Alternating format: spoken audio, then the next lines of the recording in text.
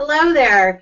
I'm Jacqueline Hanna, the Food Co-op Development Specialist with the Food Co-op Initiative, and welcome to today's webinar, Branding Times 3. Some topics are a little too big for just one session, so we decided to offer 3 webinars on this topic, one for each of the 3 stages of startup food co-op development.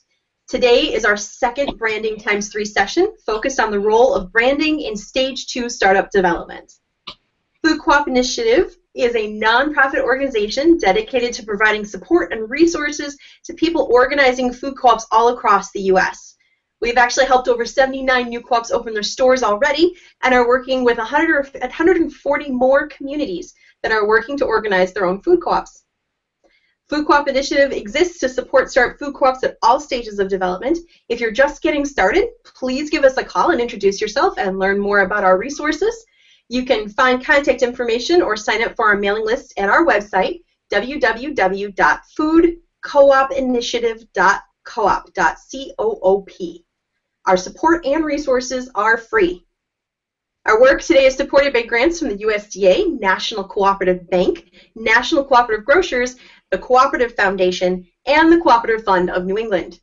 We're also supported by donations from mature food co-ops and their members all across the country. We'd like to thank you all and our sponsors that make this work possible so we can support the future food co-ops of our country and make them possible.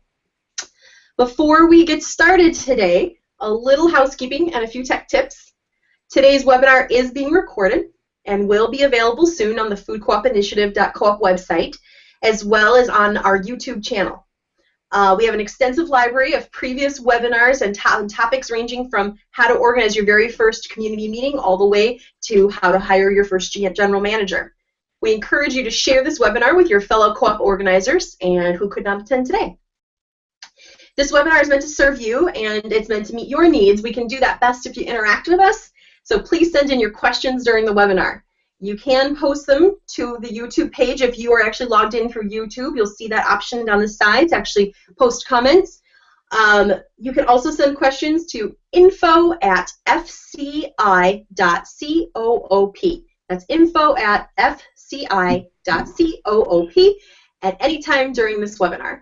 Mary Stentz-Wilborn, our Outreach and Operations Coordinator at Food Co-op Initiative, you'll see her on your screen, we'll be collecting your questions and sharing them with us throughout the webinar. So this is a 3-part series. We already done stage 1 branding, and we're going to be doing stage 3 next in just 2 weeks. If your question relates more to stage 3 food co-op development, we may save those questions and make sure we address them in our next 2 webinars, but most will be addressed at the end of this webinar. So stay tuned and keep sending us those questions. Our guest expert today is Nicole Klimek of CDS Consulting Co-op. Nicole is a store planning and marketing consultant who has worked with dozens and dozens of co-ops on their layouts, store fixtures, plans, and branding. We're excited to have her here with us today. Welcome, Nicole. Hi, thank you. Nicole, can you give us a little overview of what we're going to actually be covering today with stage 2 branding? Sure. We're going to go over just a little bit of what's your next step, kind of reviewing what stage 1 brought to this table, and then we're going to talk about making it solid, making it visible, and making it active, so that you can kind of get into all facets of what you're going to need to make sure that your brand is where it should be for stage 2. Excellent. Well, let's get started.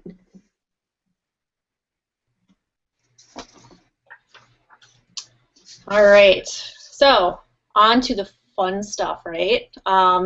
Stage 1 is a lot of prep work. It's a lot of behind-the-scenes work. Stage 2 is when you're starting to get more into the identity that you've already decided that you have, but bringing it to the table visually. So you need to have a plan of action to make sure that you are heard, that you're seen, that people remember you, and ultimately that they either want to join and shop at your co-op. I really think that at this point you should review your original objectives and strategize how your brand's going to accomplish them. So if you want to bring food to the local economy, you want to support all the local producers that you can, you need to figure out at this point how you're going to do that. And depending on your goals and intentions is how you're going to start to strategically plan what piece you have to do next and how you're going to market yourself and your brand to everybody in the community and hopefully everybody else around them. And I would stress that you covered, sorry, in the first one, you did such a great job of covering how it really starts with mission statement. So if you didn't see our first video and you don't feel like you have, as a co-op, a strong startup mission statement that's been developed with a lot of input from all your key stakeholders, now's the time to go review that mission statement piece before you move forward with some of these things we're going to talk about today. Absolutely. And you need to develop your tone. You don't have doors yet on your store. You might not even have site A, B, C, or D. So your co-op is still around. It's been around for a while, and people are still going to encounter you. And you need to make sure that their experience with you is fantastic and that they're going to follow the whole process of you finding a site. They're going to be excited to shop there. They want to bring their kids there for lunch or whatever else it may be. So that is part of your brand. And this is the stage that you really start fleshing that out and thinking about it. Great. Next slide. All right, so making it solid. This is pretty much streamlining the message that you're going to have and making sure that it's incredibly consistent throughout all of the pieces of your marketing. You need to have your environment, your clarity, framework, and image. The happier volunteers and owners are, the more they're going to be excited to represent what the co-op means. So you need to make sure that you have awesome events, you know, offer pastries. I don't know, I like donuts. Bring donuts to something. Make sure that everyone that's volunteering has, you know, access to the Dropbox that you have, or that they're on the email chain, or there's some sort of organizational stuff going on in the very beginning, so that the people that are working with you, even if they're for free, want to stay there. You know, and they want to tell their friends, hey, you should go apply at the co-op because it's opening. And then they're going to wear that brand. They're going to, you know, proudly wear T-shirts as much as I do when I go to stores, and just love it. You also need to be really clear on what you are. So you set your environment, you make sure that people understand that piece of it. People want to be there, but they also need to know why they want to be there, and who you are, what your owners and your members can expect, and then also what shoppers can expect. If a new person's coming in and they're shopping bulk for the first time, you need to have a strategy to figure out how that's going to work. And that's more like your GM piece of it in the end, but even for now, you still have to set that clear tone, so that when your GM starts getting all of these operational things in focus, that they can kind of bring everything together from the original pieces and values and messages to what the store will physically be. So the framework, you kind of have to see the big picture. That's just the way that it is. It's kind of like when I get involved with store projects and everyone shoots stuff at me, like the produce department's doing this, the meat department's doing that, and you know, deli's doing this, and everyone's thinking about their own little pocket of the co-op. What the job that I have and what the job that you have currently is to make sure that you understand all of it and think about the big picture. So you need to understand how your flyers for your events are going to affect the farmers markets. You need to figure out if there's any collaborations between you and a local producer for dairy. Whatever it may be, figure out what that is and make sure that you have it very structured so that you can be intentional when you are marketing yourself. Your image, of course. Do not stray from that image. If you have a font, use it on everything. Use it on Facebook, use it on Twitter, use it on your flyers, use it on your font, use it on your email. Every little thing that you have should be branded. It's not going to overdo it. It's not going to make it seem funky or anything, but you're going to be able to know immediately where that email came from or what table you're at, how things should look, and it's so important when you don't have that physical store to make sure that you do that, so every experience that people have is with a really good co-op, you know, and not just someone starting a co-op in the basement kind of thing. So the way to do that, you know, you guys can kind of read on the side, but letterhead and business cards, really important. They need to be very clear. You need to have good graphics. They need to be able to have proper scale and proportion, and you need to lay all that out. Someone has to tell you how your business card's going to look, so in 5 years when someone is going to get hired for whatever position, they need to have the same business card that you have, unless you change it, and when you do, then you would change everything. Same thing for your newsletters and your emails and all of that. So we'll go through a little bit more And there's also a handout in the toolbox that is 8 ways for a rock solid brand, and it's really, really helpful, and it has a lot of examples on ways that you can kind of accomplish these things. And to find those, as you see that little icon in the corner that tells you there is a handout that Nicole's made for us, you can find those at our website at www.foodcoopinitiative.coop/events. So that's where you will find that. Excellent. Well, I wanted to ask you, because I saw you mentioned in this slide that even the best logo doesn't work with a shoddy brand. And I wonder if you could speak a little more to this, because I think a lot of us think of our brand as the logo. So can you help me understand a little more what that might mean for a startup? Absolutely. Your logo is incredibly important, but it's not the logo that's your brand. That is a descriptive image, a piece of material that is telling everybody and showing them who you are and what you represent. That's it. I mean, you could create a logo if you really wanted to. I can create lots of logos. My grandma could probably create some logos, and they might be really awesome graphically. They might have awesome proportion, really good color, but it may not translate into your brand, because you have to have the proper logo that also then carries itself throughout the entire brand. It should be able to stand on its own visually, but supported and backed up by all of the other elements that are already in your brand guide, in your standards. So yeah, if you have a really bad standards and a really awesome logo, it's not going to do much and no one's really going to remember it, and it's just going to look like a really cool image. So I heard you saying that actually even your choice about your relationships with local vendors and local farmers and how you interact with the farmers market and if you're going to have a full service store or not, that those are thoughts startups are already starting to have that are part of the brand. Is that right? Oh, absolutely. Even just researching what their brand is and seeing if your missions align, because then you're able to pull that out more and use pieces of their mission and your values and pull it all together and market something that's amazing for the both of you. And then they can do the same thing. You know, they can also put you on their website, or they can have your flyers or business cards standing out there, or even just, you know, verbally support you. It's that collaboration that's really going to bring in people from all different areas rather than you just going at, you know, one target market over and over again. And it sets the tone of your brand that you're community-oriented and partnership-oriented. Absolutely. It's apparent, you know, it's very, very apparent.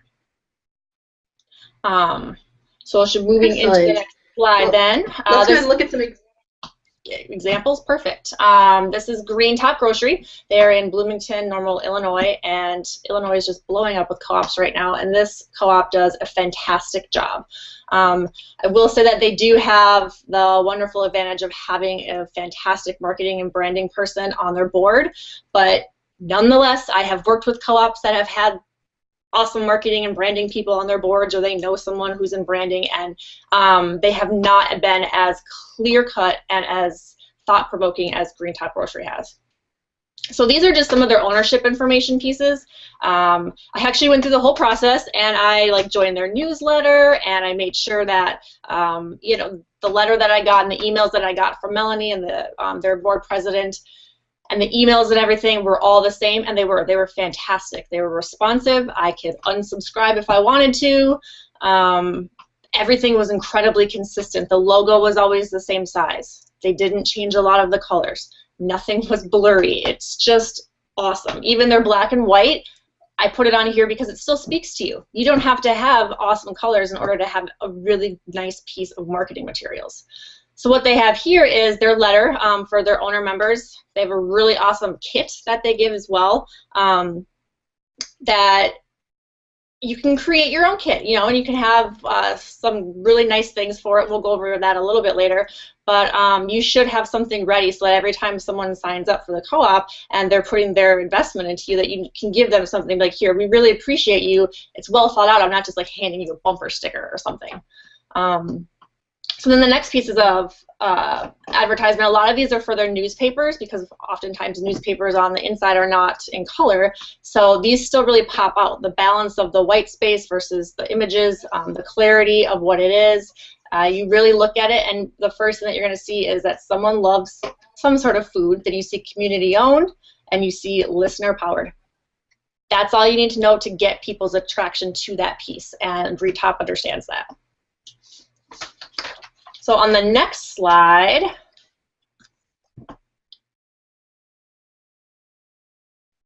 There's some event Wow. things. Beautiful, huh? A lot of awesome Yeah, color. absolutely beautiful. What I love about Green Top is that they will brand everything. You know, it's kind of like Common Ground. They did too. It's just everything you put out there has your brand on it, but it's not oversaturated. The first picture is the materials that you would have to have, and this is what would be part of your brand guide and your standards, is how things should lay out. It shows proportion and color, and it also shows the appropriate amount of even height of stacks, which you have to think about. You don't want a big 500-page ream of paper sitting on your desk because, you know, that just, you want to get it all out there, not think about it. You actually have to have a visually appealing table in order for people to come there and want to take pictures. You know, just look at that. It's beautiful. Same thing with the plants. To brand plants that they have there, that's awesome. And it's also a really good example of collaborating with a local nursery, because you can tell that that's not something that they grew. It's something that's community grown that they have put their tag on it. And then it becomes part of their brand. You know, you just see them as this awesome community vehicle for bringing in local, organic, whatever it could be. You know, it could be a t-shirt manufacturer. It doesn't matter. They're there. The last one is a toolkit, and this is awesome because it is a guide to... And what's this last piece over here? Yeah, it's so cool. Have you seen it, Jacqueline? It's an event toolkit. So if someone wants to host a party, it goes through and has examples and guidelines that they need to follow as far as visual, what they need to say, forms that they have people fill out, things to send out ahead of time. All of this stuff is in this little binder so that you don't have to really think about what you're going to do at your party. You already know what it is. So. And this is really, I mean, what I want to point out to startups is this is actually a startup. Green Top is and does not have their store yet. They have a location, but they do not yet have their store. So what they're really communicating with all this well-branded stuff is, I mean, this is your store. The interactions you have at those tables, at your plant sale, that is your only opportunity to talk about your brand. And a lot of these ideas that they've used here are very inexpensive, like just creating your own printed tags to put in the plants that you're selling at the farmer's market. So some great ideas here, and this is a startup, and you also can reach out to them and get some tips from them as well.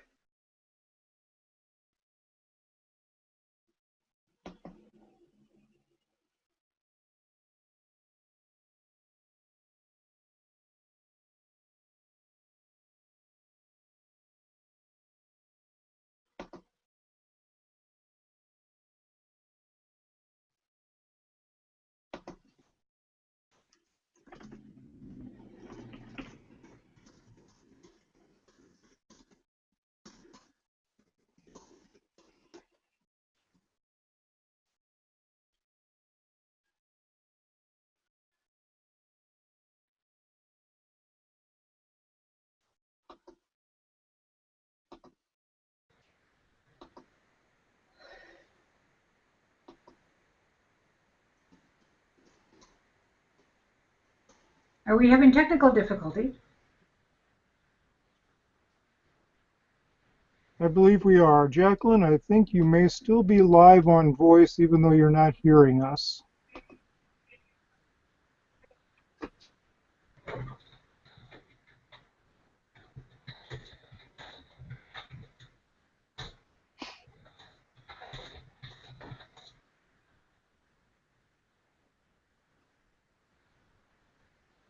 Our apologies for the problem. We'll get it fixed in just a minute.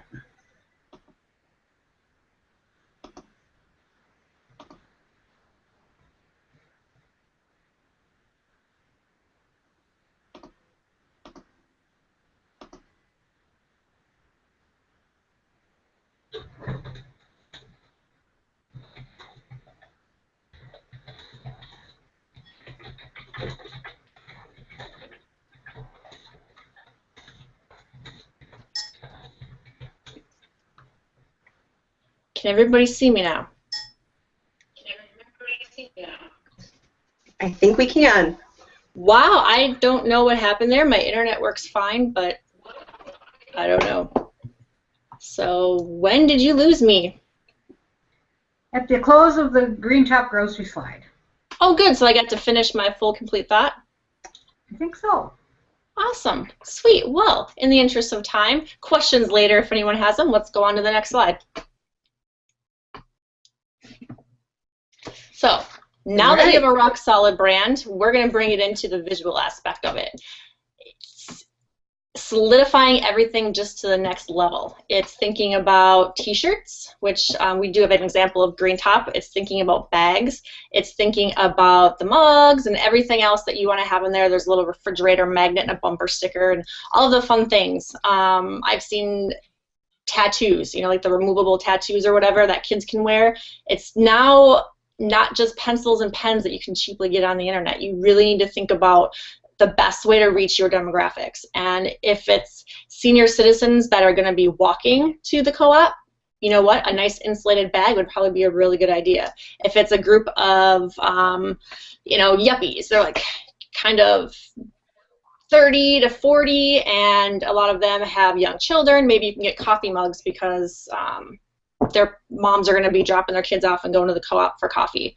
So that kind of stuff. Knowing what you need to have, when you need to have it, why and where are incredibly important. You need to make sure that you're able to reach your demographic and your audience visually. So, any questions on that one? Well, actually, there was a question just stepping back to where we were talking about house parties and the house party kit. The question was that we already have owners doing house parties, and they do, you know, have our handouts there. But is there more they can or should be doing to actually brand the co-op at these house party events? Oh, absolutely. Think about it. You're most likely going to have refreshments, right? You can have stickers printed with your label on it or your logo and have that on water bottles. You can have coffee mugs that do have your brand on it. You can have tags that have information about the food itself to show that you know all the ingredients and you care and it's local or whatever. And then with your logo and all of your branding on it. The colors of the party, it seems very obvious, but it's not always obvious. Think about all the places that you have color in your own house. It can be as simple as cleaning up a little bit or straightening things up. It could be leaving it there but adding a few things, like if, you know, let's use gold, purple, and green. You know, let's add some greenage. Let's add, you know, some purple candles or something like that. Something to really just bring it in visually. It's more than just handouts. Even the way that you have people sitting and the food that you serve can be a really good resource for you to use to just show everybody else a little bit more about you. We've definitely seen that with house parties, having local food and being able to label which farms it's from, or not everything has to be local. There's a few items that are, like they have local tomatoes in this. Don't just put local tomatoes, but put, these are local Blue Moon Farm tomatoes. Show that brand, that your part of your brand is that connection to the farms. Simple thing as a tablecloth and the color of your startup, you can always just offer to lend that. You can have one that you have purchased that is the color, one of your colors that you lend to people when they do their house parties, and you can always encourage people to wear their t-shirts at the party and make sure that they have those. So definitely. A couple other questions, or not questions actually, it's my question. You know, having these fun materials and getting your brand out there is so key for growing ownership at this, you know, stage 2 development for a startup and to get community investment. But as we all know, startups are on a very tight budget. So how much should startups expect to pay for some of these items? Where can they get them? What can you share with us about that? Well, we actually have a good handout in the toolbox as well, and that has a couple examples of places that I have gone and sources that I use myself when I'm working with startups, especially, that it's very straightforward, it's very good quality, and it's not just, you know, those pencils and pens that you can get at a bank or something like that. So the things that you need, these are just like the most popular things. You might want a thermos or a beanie, or I don't know, you might be somewhere in the middle of Montana and you want a cowboy hat. I don't know what it is. but these are the typical ones that are very successful and will eventually even turn into merchandise that you can sell in the co-op. So making sure that you have a good source and a good relationship with a manufacturer or vendor is incredibly important. You can get a lot of these local, especially t-shirts. If there's a local place that does organic cotton, they might give you a deal, and then always offer advertise for you, this t-shirt brought to you by yada yada yada and your co-op. So there's always opportunities for that collaboration, and it's really, really helpful for their business and yours. So you oftentimes get it, maybe just like the printing cost or something like that. I have on here the t-shirts, the bags, the yard signs, and the bumper stickers. You can see the price of them. That's the average that you can expect to pay. But most of them are sold in quantities of at least 10. There's a couple websites that I have on our handout that shows a non-minimum order, and it'll tell you how much that is, and there'll be a range of numbers, so it's like the $4 to $6. Well, if you buy 100, they're $4. If you buy 20, they're $6 or whatever. So the websites that we have on the side there, all of those are reviewed. You'll have pros and cons in that handout, and it'll go over any question that you could possibly have about it, and then one more option that I use as my backup if I can't get something from these companies. And a couple of quick tips on these. We have seen startups using yard signs very effectively, just asking for a suggested donation at their farmers market booth, and many owners are willing to put $10 in or whatever. A lot of startups have found they recoup at least 50% of the costs, especially on yard signs. And then the bumper stickers and so forth, just keep in mind that you may only want to order 50, but sometimes ordering 200 costs the same amount as 50, because having these things to hand out, being able to physically put your brand, remember they can't come to your store, so you're physically putting your brand in their hands when they get that t-shirt, that sticker, that button, that yard sign. So this really actually is critical. It may feel like we don't really have the money for this, these are just extras. Actually, this is the only way that they take your brand home with them and remember that they want to be part of the co-op right now. They can't take food home and remember your brand, but they can remember it through these products, and they can show it proudly and say, hey, I'm part of this, and that's a big part of growing ownership. Well, and you can take it to the next level too. If you work with a professional, you usually will come up with a marketing strategy, kind of like a business plan, but it's a marketing plan.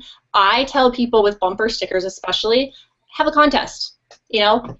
Once a week, all the members that have bumper stickers that you can see in the community are pooled together, and you draw a name and they win something, a free t-shirt or whatever it is. Using those little dollars, I mean, they're little, but they're big, but getting out as much as you can from them. Just things like that is what you'll be getting into probably the next stage, but you'll start thinking about it now so that you're able to understand what you need to buy. Well, it's an exciting idea because we've seen that too with bags. If people, if you show up at the farmer's market with a bag, you get this locally made cookie that this other vendor has provided or whatever. So think of those little contests. That's a great idea, Nicole, to get people to engage with the brand and put it on and wear it out. Oh yeah, it's key. It really is, and it's something that you might think about when you have your store open, but to think about it ahead of time and already have them have amazing expectations of what your store is going to be like is perfect. They don't have to have they don't have to give a lot of forgiveness at this point, because the only thing that they have to base their judgment on is their experience with you and what they see. So you guys can't just leave it to the end or be like, yeah, we've got that covered, or think about it later. You can't, because that person's going to go to Whole Foods. There's a big following for dedicated co-op shoppers like me. It's like co-op or die, but that's not the case for most people. The main majority of your owners, but just your shoppers, are not going to be people like me. They're going to be people with kids, and they want to feed their kids healthy food, and if they don't have a good experience with you and they don't have fun in your store, they are going to go somewhere cheaper. They might even go to Walmart. Who knows? So a little tangent there, but that's just how important that it is. Let's see. So the next slide, we have why. Like, why are we doing this? It goes back to the whole idea of experience again. In order for people to understand who you are, they need to see who you are. So you have to be incredibly visible. You have to have awesome color. It's one of the best ways that you can show who you are. You know, we all use green. We're going to use green forever. It means fresh. We got it.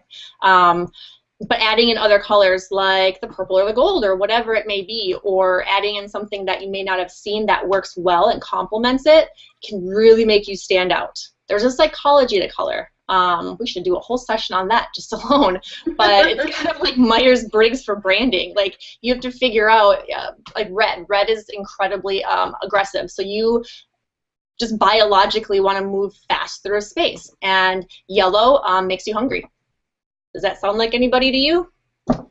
It's, you know, fast food, whether it's hospitals, all that kind of stuff. They think about the psychology behind their color because it's incredibly important to getting their message across subconsciously even. Being visible at events, we talked a little bit about that. It's about being out there and having people know who you are. And it's not just knowing that you exist, it's knowing who you actually are, you know, what you stand for. They're going to be able to tell just by visiting your table and looking at what they have in front of them. Know that you are supporting local economy. Know that you have producer profiles. Know that they can get X, Y, and Z at your store, and that they can call you. You know, you need to have that customer service aspect of it there, and then they're just going to know you. They're going to, you know, you're going to be a family, and that's the whole purpose of making people comfortable with your brand. Customer service, of course, it's kind of like when I get to stores and they'll be like, oh, my GM's going to make that decision. I'm like, no, if you want a price on something, we have to decide on it now. You're going to have customer service even if you don't have a member service counter, you don't have a physical store. Customer service could be answering questions that come up on Facebook, or making sure that you are responding to some Twitter feed or whatever it may be. You need to be able to do that so that people see that you care about them, that you want.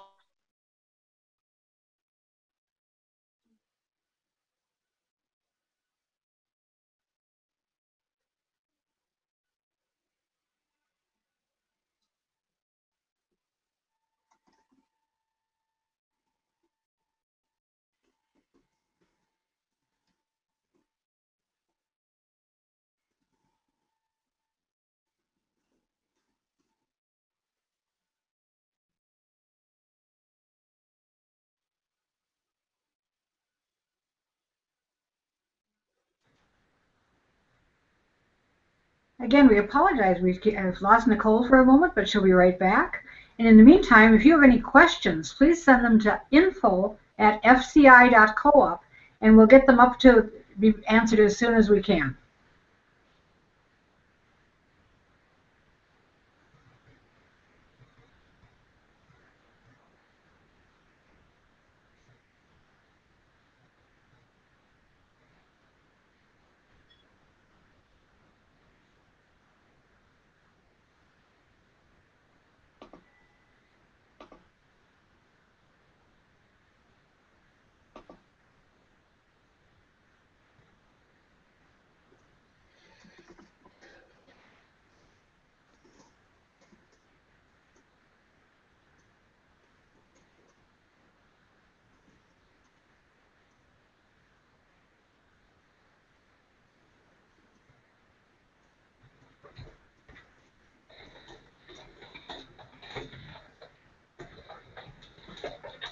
So while we're waiting for Nicole, we can go over some of these topics a little more in depth.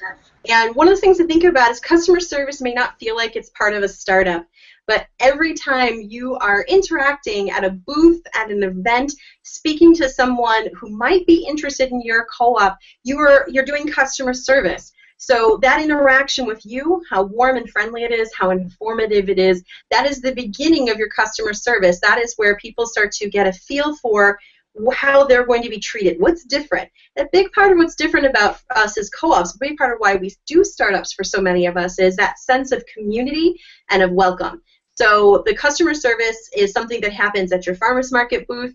It's something that happens every time someone says, hey, you're wearing a co-op t-shirt. What's that about? The way you answer that is a huge piece of your customer service. So just keeping in mind that even though we keep referencing like when you have a store, you have customer service every time you interact with someone. And when an owner wearing one of your t-shirts interacts with someone and doesn't know how to answer questions, they come out, oh, you're wearing a co-op t-shirt. Can you tell me about that? And when that person says, oh, well, it's kind of this, and they don't have a clear, crisp understanding that you've communicated about what the co-op's going to bring and do, that's also a customer service experience. That's a lost opportunity for people to have clarity about what your brand is, meaning who you're going to be and what you're going to provide the community. I'm sure I totally agree with Jacqueline, and I'm sorry again, I don't honestly know what's going on with the connection that I have because my internet's working just fine, but I now switched it over to using my phone as a hotspot, so we should be just fine for the entire thing. Please Excellent. Don't leave. Well, we lost you around image. We were about to start on image. Okay, good. Do you have anything to say about image?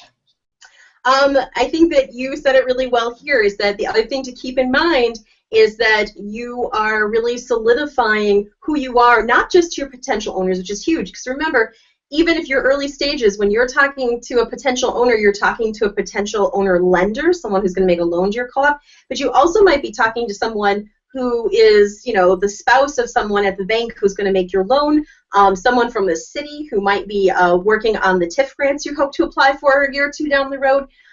So you're cementing that sense of solidity, that you know what you're doing, that brand, that excitement to the entire community, including stakeholders like city officials, banks, and potential owners.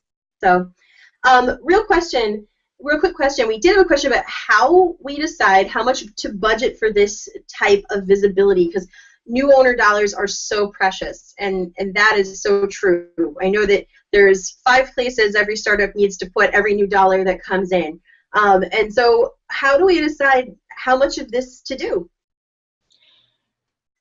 That would be your marketing strategy. It's going to depend on who you're working with for your marketing and what they're going to offer you. I can always look over contract proposals from other people as well and make sure that the tangibles you're getting, meet these expectations, because a grocery store and a co-op markets itself incredibly different than a clothing boutique or a jewelry store. Mm-hmm. So those dollars that you have need to go in certain order of importance, and mainly the templates that you get from someone that you're working with on marketing and branding, like your letterheads and your business cards and all of that, that is something that you will use for the next 20 years hopefully. But it's also something that you can print those flyers at home, the font, so you can make your own event flyers, yada yada yada. It goes on. Once you have that brand, using it is incredibly easy. And the cost of the actual marketing itself, everyone's a little bit different. That's why logo design is important, but it's not the whole piece of it. So you just need to make sure that you're getting the right piece of, or the right tool from people when you hire them. And if anyone has questions on it, that is a whole webinar itself, they can feel free to contact me, or I know you can contact Jacqueline too, and we can kind of walk you through that a little bit. I put that out there, is that I'd be happy to individually talk to your co-op, depending on the stage you're at, and talk about what materials.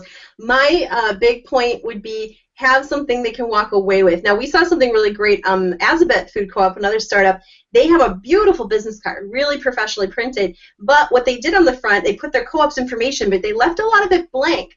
And what happened then is that the individual co-op owners who are handing out those cards can write in their name and information, and which has that personal touch, and it means the same card works for absolutely everybody. So you need one set of cards, and that was a really great idea.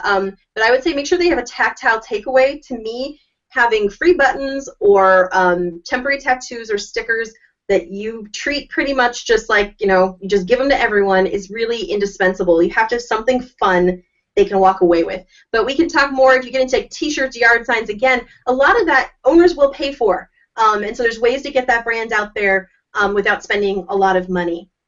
I'm going to touch one more thing that was said by a viewer real quick, was just that a really good thought is that your booth and those events and those house events, making sure they're well branded, they found is really critical because photos happen there. Photos get taken of this experience of your co-op that somebody's happening. And when your colors are showing and it's well put together and people are wearing their t-shirts, that picture travels a lot faster through social media. You can use it on your future branding. It's much more impactful. So great point. Absolutely. I love that. Good point. All right. Well, I was going to say, when we're talking about cost, one of the most impactful ways that we see startups interacting in their communities is actually through videos and social media. Social media being free, but we're also seeing more and more video, and this is something we're seeing a lot of startups leverage extremely well. Can you talk a little bit about this?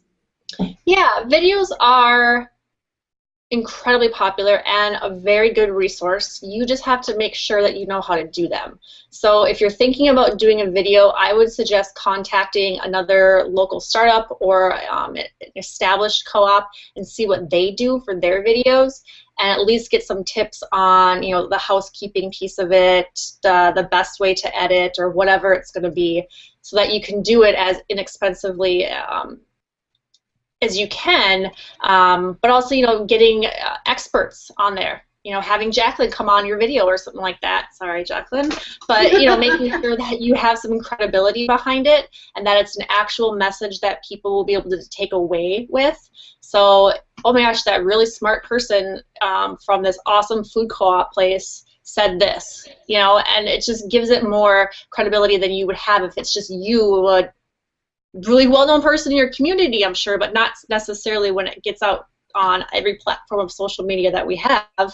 But, you know, maybe somebody else will be. So just think about the content, make sure that you have something that you can take away, and make sure that it's not going to be incredibly dated, and call someone who's done it before. Absolutely. Anything to add on that one? I would just say that social media, there are some co-ops that are doing it, startups that are doing it really, really well. Like all of your peer startup food co-ops. Go online and like them and see what they're doing, because you're going to get fabulous ideas from them and from mature open co-ops as well, but especially from your fellow startups. I could name a ton that are doing great stuff, but make sure if you want a list of names, you can look at our FCI map of communities that are organizing, or ask me. Absolutely. And you know, even not video, but if you go on the different platforms of social media, we do have a handout in the toolbox that kind of shows some good formatting and proportion so that it's visually appealing. There's been proven, well, as you can imagine, research everything. Someone researched at one point the best way to get across to people on social media, and there's different tactics, I guess you could say, or strategies for each of the platforms. So the handout goes over like Google+, Twitter, Facebook, LinkedIn. All of them may not be applicable to you right now, but there are tried and true methods to make it more successful than if you were just going on there and be like, I'm going to create a Facebook page. There's a science behind it.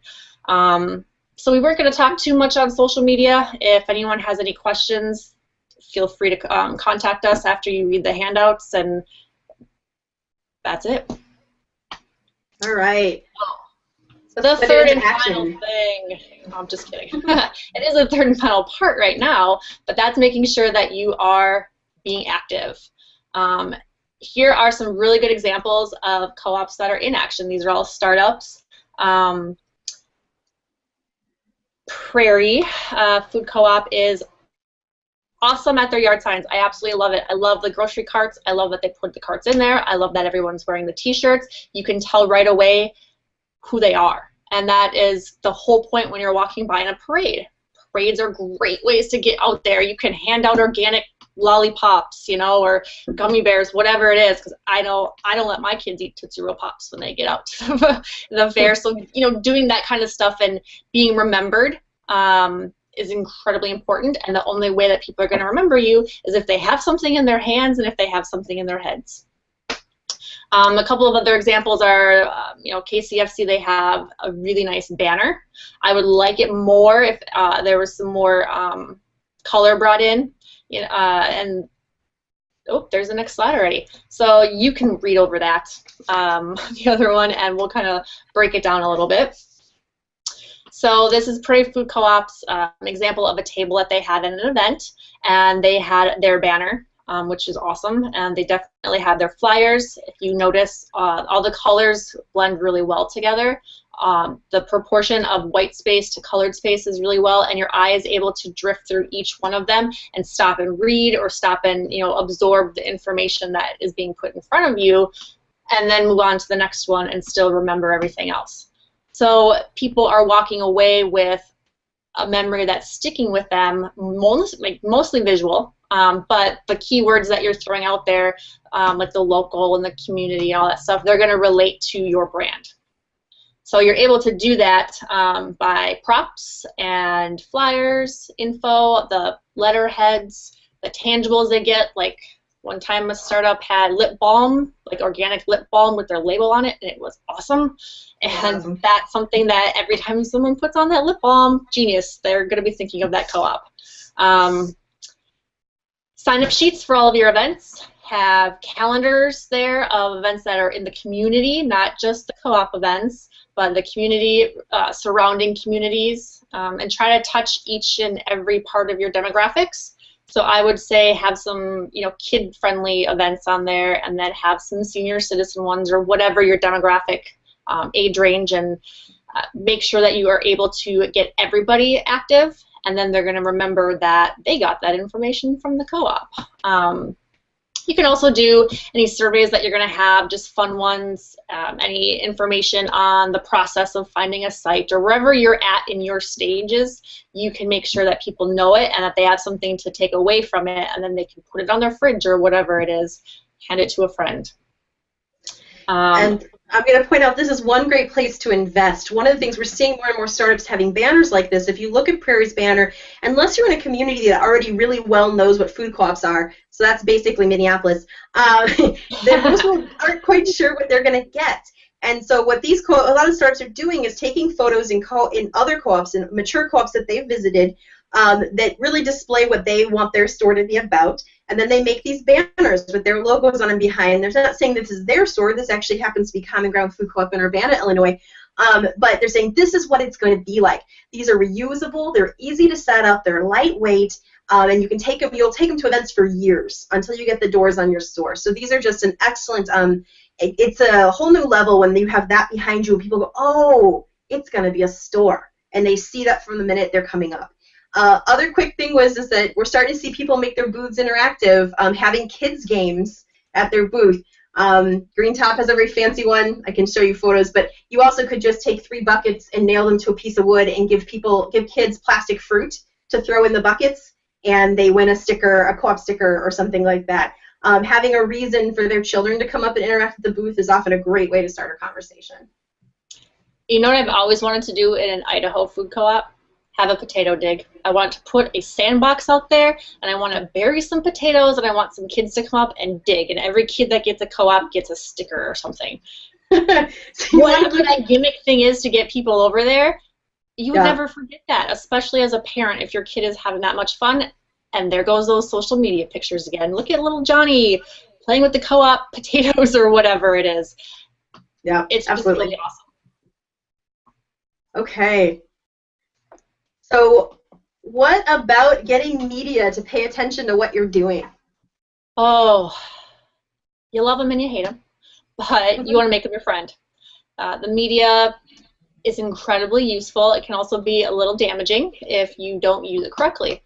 You need to know the saturation that you have for your media area. So you need to understand, do people read newspapers? Do they watch the local TV shows? Is there a national or a regional news show that has one of your community TV shows in it a lot? Do they read the city or the county paper? You know, that kind of stuff. Doing a little bit of background research and figuring out the best way to get across to people is who you should really focus on, and if you have to spend money, that's where you want to spend it. You don't want a radio ad if it's not a city that has like a really good NPR or something. So the ways that people care that the media can help you is they can do press releases on your awesomely branded letterhead, of course, because they will run what you give them. They can help you with any articles and publications. So you'll be publishing maybe something about a local farmer that you were collaborating with in the local paper, because that is read more than, you know, the city paper. So in Minneapolis, St. Paul, each city has their own paper, and then we also have like the Pioneer Press and the Star Tribune, which are like the two Twin City papers. You know what? Most people read those instead of their local community papers. That's where I would advertise. And if it were me, I would advertise more in the Star Trib, because it's a little more liberal than the Pioneer Press. So just understanding the dynamics of who to use for your media will help figuring out where you should publish those articles, which can also go on your Facebook and your Twitter and be printed off and sitting on your event tables and all of that stuff. And then if you have really awesome coverage and there's really good reviews on newspapers or on their website newspaper, the archives, all of that stuff, they're going to ask you to come back and do more. Absolutely. Local TV, awesome. A lot of people will do like classes, or they will have demonstrations. They'll bring on specialty people always related to food or health or wellness. It's not like you have the yoga instructor from the co-op coming. You do that when you open your doors. Right now it needs to be food related or local producer collaboration relationship related. I always suggest going into high schools. There's always an AV class that is in almost every high school that I've ever been to, and they always have to do a video project. Go in and see if you can get in at the beginning of a semester and be the focus. So send somebody in there. I know it's time consuming and you're not getting compensated to do it, but your store is not going to open for a while. If you are in that classroom or you are helping that group of children, kids, teens, whatever, with that project, they're going to remember you and they're going to go home and have something to talk about every single night. And then at the end of the process, you will have the video with you in it in their school, and then it also gets aired on whatever local channels that you guys would have. So just kind of strategically placing the co-op everywhere that you can possibly think of in a good and healthy way.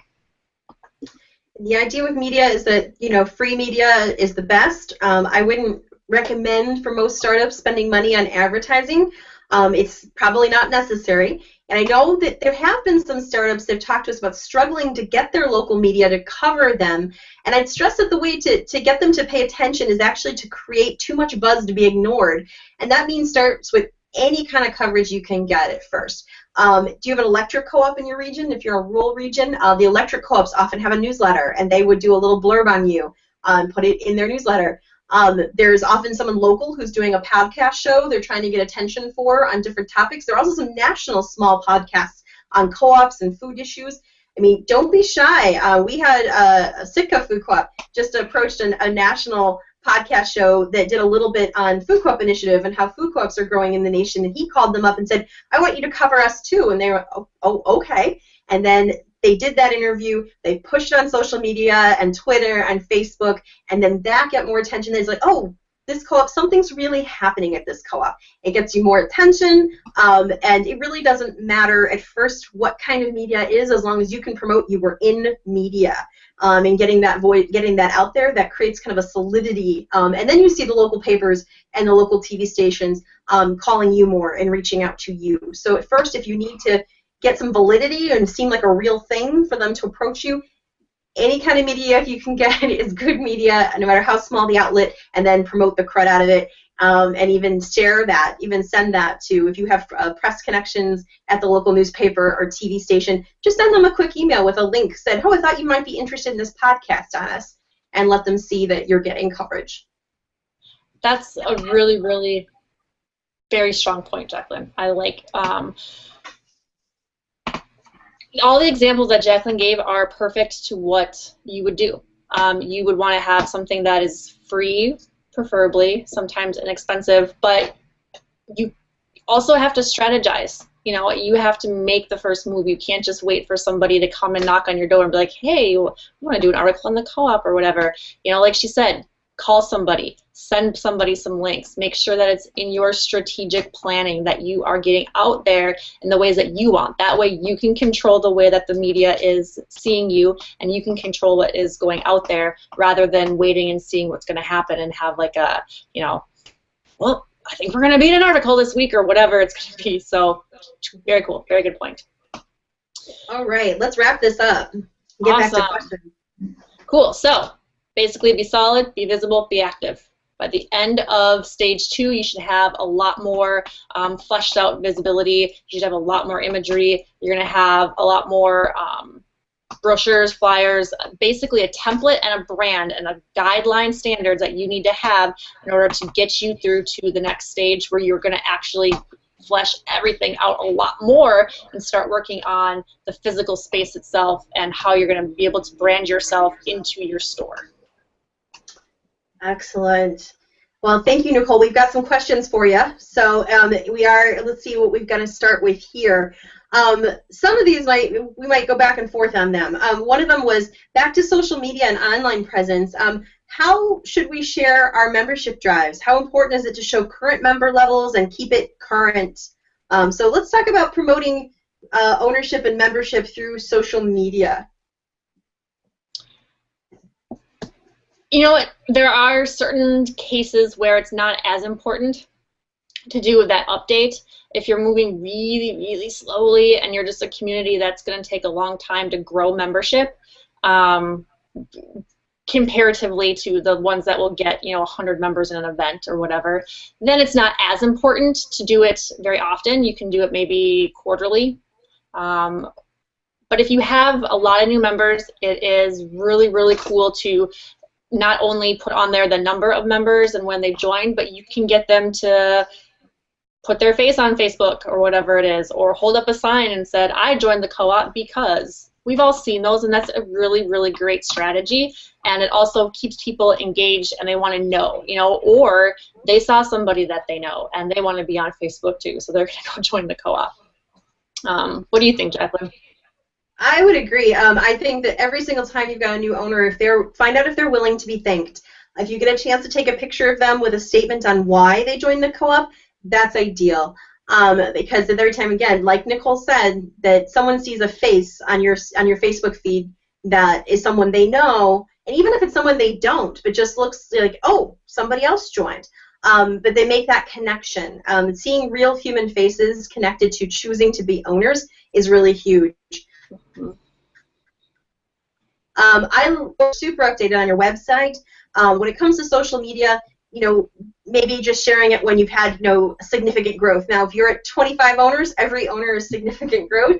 If you're at 472 owners and the next goal is 500, then you might talk about it, every other week or so, unless you're in a drive. You might just mention that, we're at 482 owners and growing strong. I would bring it up consistently, but it certainly doesn't need to be every day unless you're in the middle of an ownership drive. Absolutely. We had some questions too about creating some visible connections between your co-op and your vendors and your local farmers who want to support the co-op, and how to utilize that opportunity. You can have a lot of different avenues for that one. An established co-op does it different than a startup would. A lot of it is they don't know if they want their brand mixed up with your brand. You may not be a cool co-op, or you might be a complete flop, or you might be a bunch of hippies, whatever it is. You want to make sure that you are presenting yourself appropriately, and then approach them. Like, hey, can we partner on this thing? Or do you want to co-sponsor this event? Or do you want to have a table right next to ours? Or whatever it is. Find out who your key vendors will be, and you'll know. You'll go into your grocery store and you'll know who your key vendors are, and if not, call me. I will help you figure it out. But get to those people and see if they will be side by side with you, so that when the community sees an established, awesome farm or dairy producer, whatever it is, they automatically relate the co-op to that solid, awesome, reliable brand. And I would say, think about if local's super core. Remember, go back to that mission statement. Please do watch our first video on branding. You should have that mission statement very clear and memorized in your minds. And if one of the core, if you remember that video, there are up to 4 core ideas you're allowed to have, according to Nicole. And if one of them is connection to local farmers, then by all means, if a farmer is interested in supporting your startup, you should absolutely get a quote from them on why they're supporting your co-op, and get a picture of them at their farm, and put that up on your social media, put that up on your website. If they're willing, find out if they're willing to come to a booth at an event and sample out their heirloom tomatoes. Absolutely leverage that as much as you can. And the question of how often, if local is going to be core to your brand, there's not much of such of a thing as too often. So once again, remind folks which of the key farms in the community already feel that this is going to be a great thing for the community. And I will add to that to make sure that there's variety. Do not have the same farmer on your video and on quoting and in your photo. You need to have a different set, otherwise it just becomes favoritism. Very true. If you've got enough to choose from, and established co-ops have that problem, we have to be really careful not to use the same farm over and over again. If you've only got 2 or 3 in the beginning, that's absolutely fine to keep using them. But as new farms approach you, or farmers become owners, ask them if they want to get involved in making a statement about your co-op or being part of a video. Absolutely. Mm-hmm. We got one more that I wanted to circle back to. Is we talked a little bit about having great customer service at your farmers market table. That every time a volunteer interacts, with a volunteer owner interacts with a person in the community, they're talking about your brand, and if it's a bad conversation, that's your brand, and if it's a really good conversation, that's your brand. And the question was, who trains these volunteers? How do we make sure there's some consistency? And I would come back around to it really goes back to Nicole's idea of the mission statement first. If you know what your 2 to 4 core reasons for existing are, and you repeat them all the time, and everyone knows that's what the co-op stands for, and your volunteers know that even just that is a great place to start. When people say, so what is this co-op thing? And they can say, well, we're going to open a full-service grocery store that is going to focus on having accessible prices, access to local foods, and and education is going to be a major focus for us, having educational opportunities, whatever it is. That's the core. That's the beginning. That very idea, again, that Nicole brought up in the first video. Knowing what your core ideas and your mission are and getting those across very well, that's the first step to actually every volunteer doing a good job, in my opinion. Other thoughts, Nicole? Absolutely. You need to have an orientation package. They're not an employee, but you need to have like a code of conduct. And it's okay to hand that out. It's completely legal. You're good to go. It's just going to have on there, please don't discuss politics or religion with somebody, even if they bring it up. Please always wear a t-shirt. Please do this, this, and this, and circle it back around to for the good of the co-op. We want you to be seen in a positive light, and we need to be seen in a positive light. There's going to be a couple where you probably figure out, hey, we should maybe add this because it might be a very opinionated college kid that hates GMOs or whatever. So you can modify that, absolutely. That is one document that I would suggest reviewing over and over after going to some of these events.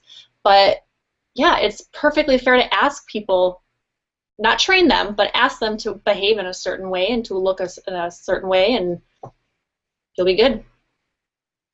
And have your volunteers write down frequently asked questions that they're getting and create an FAQ. That FAQ can be constantly updated, it should be on your website, but it also should be in the hands of your volunteers. And one way they can help to strengthen the co-op is to write down those questions they're getting frequently and get that back to the core organizers so they can continue to add to the FAQ so they have accurate answers to share with folks. So that FAQ is core as well. It is, and also being able to direct them somewhere. Awesome customer service is not always walking you to the product. It can also be, you're really busy. You have other people waiting in line to see you. It can be here's my card. I'm going to get back to you on that one. Or here's the board president's card or whatever it is. Here's Jacqueline's card. Call her. Getting back to somebody and giving them an answer, even if it's not immediately, is still customer service, and it is much better than giving them a little BS answer or something like that that they can't really relate to or use in their real life. And that's been huge. Thank you for bringing that up. A couple startups have said that just being able to get back to folks, saying to folks, hey, I don't know the answer to that one yet, but I'm going to call you. Can I get your information and I'll get back to you or email you? And they've actually gotten to the point where their volunteers feel empowered to find the answer and then actually follow up, kind of owner to owner, potential owner to owner. It's really a community conversation. You have this question, I don't know the answer, I'm going to write it down, and I'm going to email you back. Really, again, states that brand that we're about community connections and that co-ops are different. And then I'm going to put that question on Facebook so everybody can talk about it. That's a very good point. All right, so I'm going to wrap us up a little bit here today. Thank you to everyone who came and joined us. We really appreciate it. If you had a specific question we didn't get to answering today, please go ahead and contact us at info@fci.coop, C-O-O-P, no hyphen, co-op, and we'd be happy to get an answer back to you. That's what we're here for. Also, all the slides from today's presentation will be available afterwards at our website. You can find them at www.foodcoopinitiative.coop/slides, or just follow the link in the YouTube video afterwards. The handouts referenced by Nicole today can be found on our website, again at foodcoopinitiative.coop/events. You will find the flyers there, informational handouts that she referenced. These will be on our website. It's a free resource, and you can, they will actually be part of our forthcoming toolbox guide to branding and store design for startups that Nicole is doing with us at FCI, and that'll be coming out in early 2016. So thank you again to Nicole of CDS Consulting for being here with us today and sharing your expertise. Thank you, and I apologize for cutting out, but hopefully it was worth the 5-minute wait. And if you missed the first webinar in our Branding ×3 with Nicole, you can find it on our website under the Resources tab and then click on Webinars. And we hope you will join us for the third in this series, Branding ×3, where we'll be addressing branding in Startup Stage 3 for co-op development, and that's Tuesday, August 18th at 1 p.m. Central Time. We'll be focusing on how you now, Stage 3, you're starting to actually develop your store, and this is one of Nicole's areas of greatest expertise. She's going to be talking about how you carry your brand into actually getting the store open. Thanks, everyone, for joining us. Have a great day.